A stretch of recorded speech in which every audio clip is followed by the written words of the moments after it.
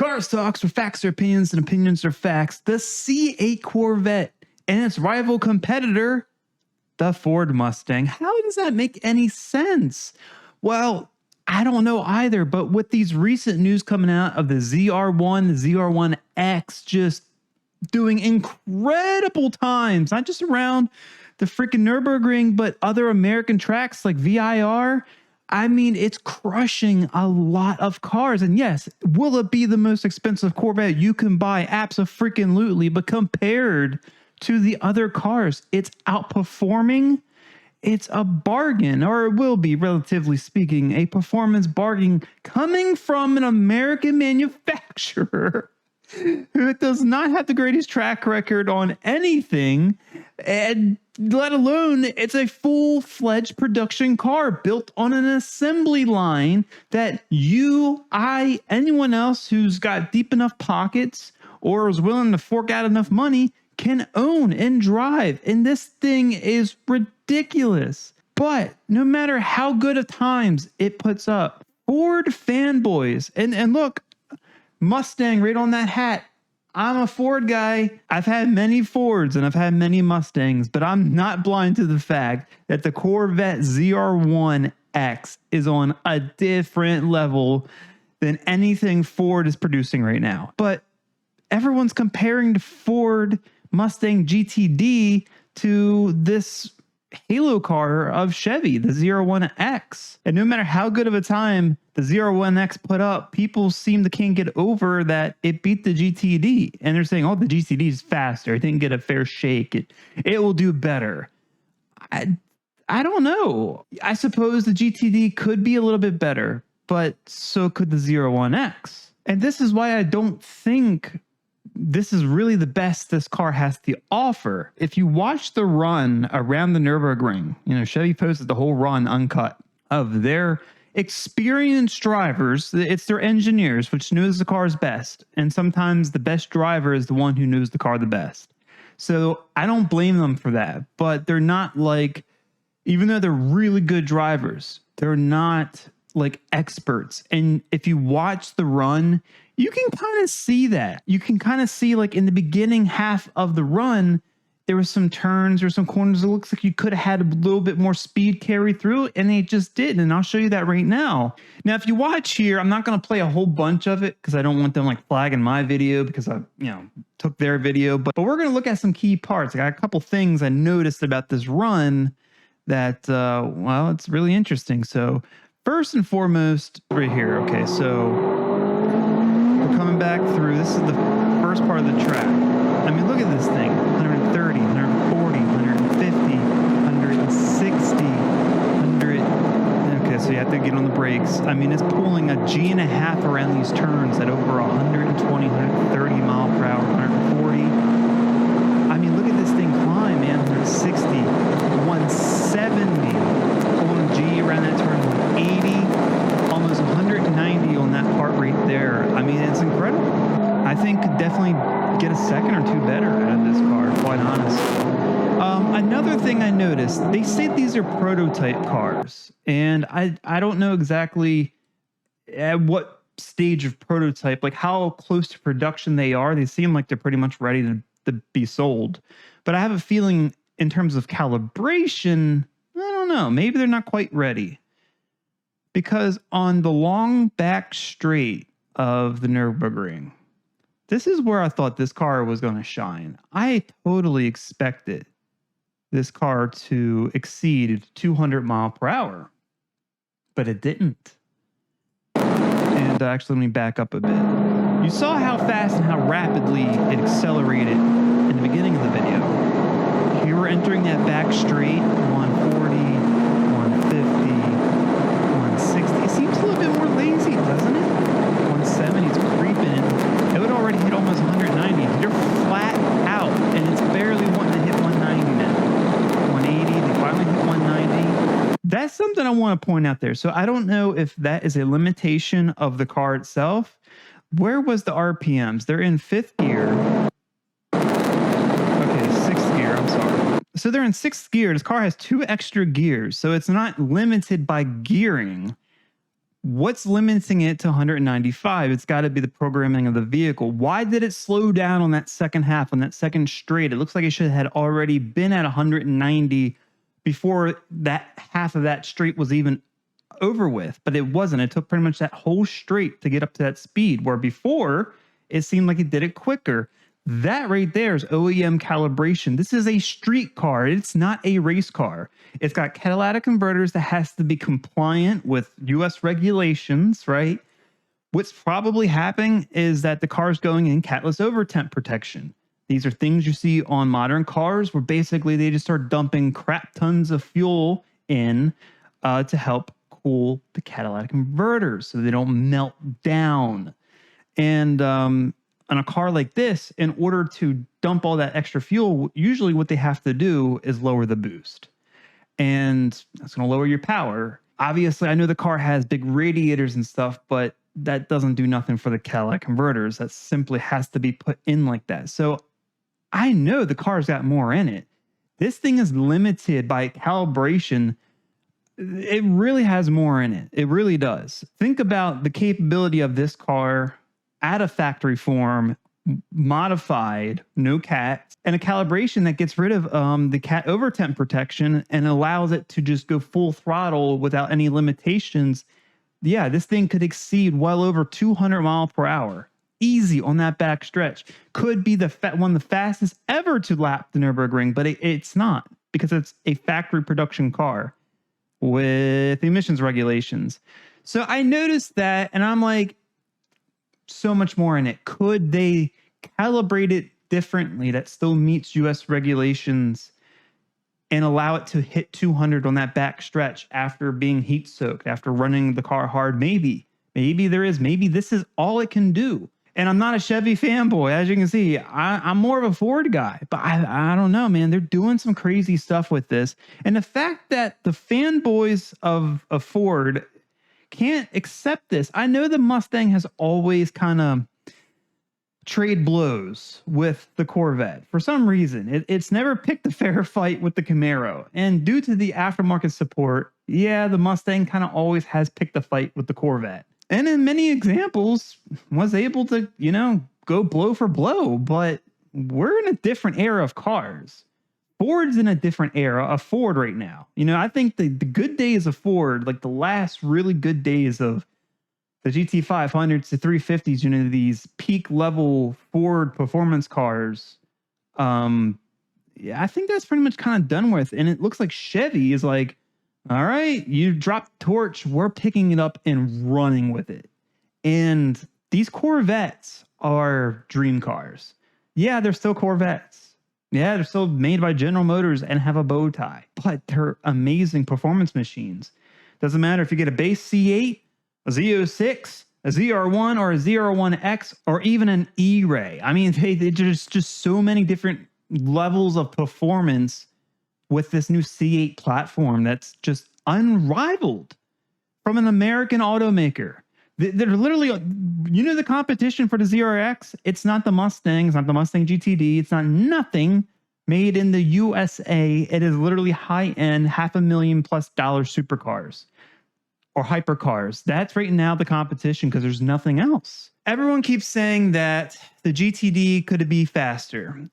I don't know about that. I think there could be maybe a slight improvement. With people saying that, it kind of made me think, okay, if the GTD really is that much better of a car, if it really could go that much faster, how much faster can it really go? Since the GTD isn't a pure production car, is it still considered a production car? Yes, but it's not built on an assembly line. It's basically, built by Multimatic with Ford parts. I mean, it's a cool collaboration car, and automakers have done these kind of collaborations for years with racing programs like Cosworth. It's not like this is the first time this happened. There's nothing wrong with it, but we're comparing something that literally rolls off an assembly line in the US of A to something that rolls off a shop floor in Canada built by a small team of very skilled people.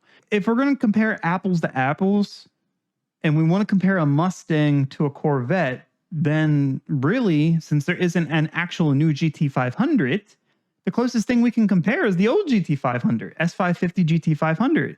And how fast was that? From the little bit of research I could do, this is what a GT500 did on VIR. Because of the pandemic, they never had the GT500 go to the Nürburgring. So there's no comparison that I could find. But at VIR, and remember also with VIR, there's two circuits. There's a short circuit and then there's the grand circuit or whatever they call it, which is the bigger circuit. These times you see here, these are for the short circuit, the standard circuit. So they were comparing the GT500 to the new, base C8 Corvette. Now the Stingray Corvette with the Z51 package, so maybe not base, but Stingray, we didn't have Z06 or ZR1 or ZR1X, just the standard CA car, right? Up against top tier track package, carbon fiber wheels, all that good stuff, GT500, okay? GT500 did beat it by a good margin, 4 seconds around VIR, the short track, okay? Not bad. How about the Mustang GTD? What did that do around VIR? Are there any times? There's no times I could find. I have found some videos of using speculation. They're actually using math, but using their math, they estimate that the GTD would be low 2 minutes and 30 to 2 minutes and 40 seconds on the long circuit at VIR. On that circuit, the record holder was the McLaren Senna at 2 minutes and 34 seconds. So people's math would predict that it would be around the time of a Senna. And yeah, seems about to be right, considering what it has done at the Nürburgring. But then the Corvette ZR1 comes along and just crushes that record. The Z06 did a 238. The ZR1 did 232, beating the Senna by 2 seconds. And it reset the record for fastest production car around VIR, the long circuit. At 2 minutes and 32 seconds, if the best that people can theorize the GTD could do is 234, and the ZR1, not the ZR1X, but just the ZR1 beat the record by 2 seconds, what makes you think the GTD is going to do enough better to beat the ZR1X? We're talking about a difference of 2 different leagues of cars. Almost you can't even compare it because Corvette needed mid-engine and 500 more horsepower. Yeah, sometimes that's what it takes to go faster.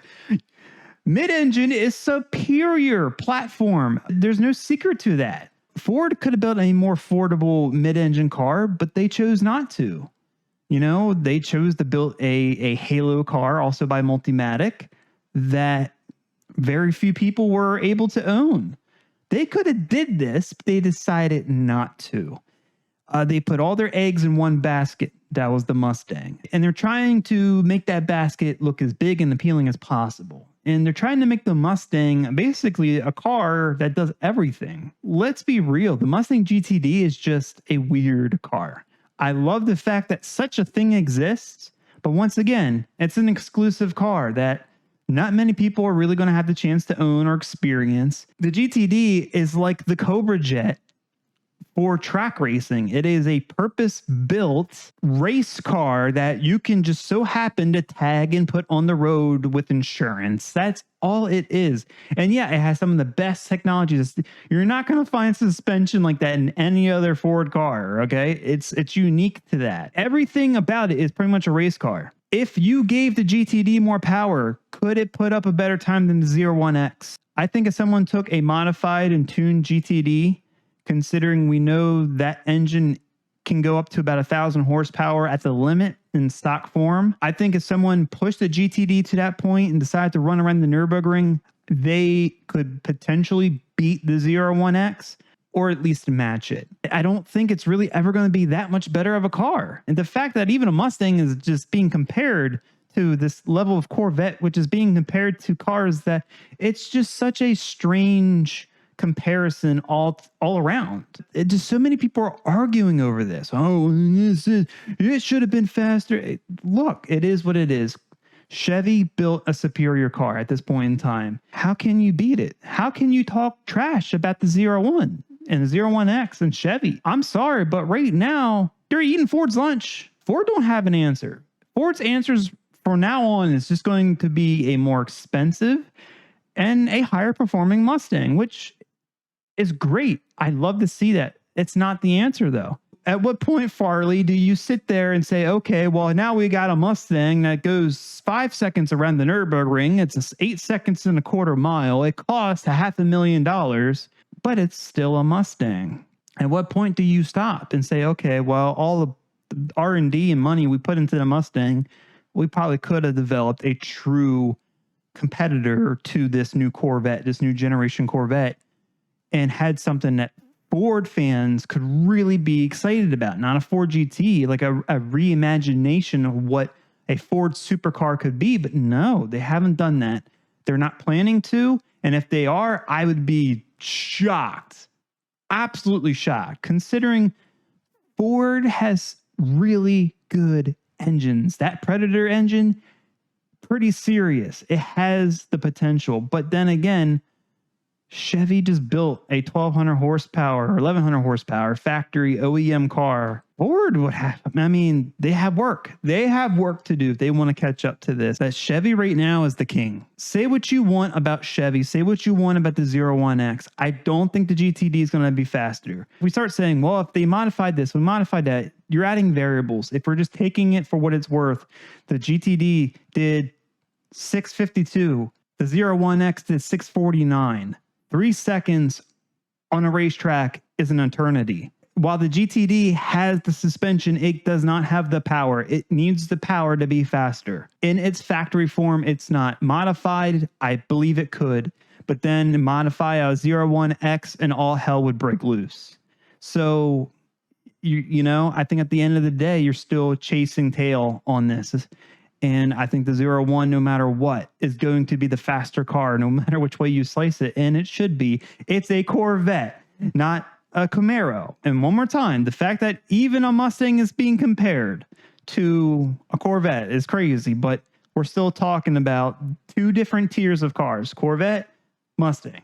You know what I'm saying?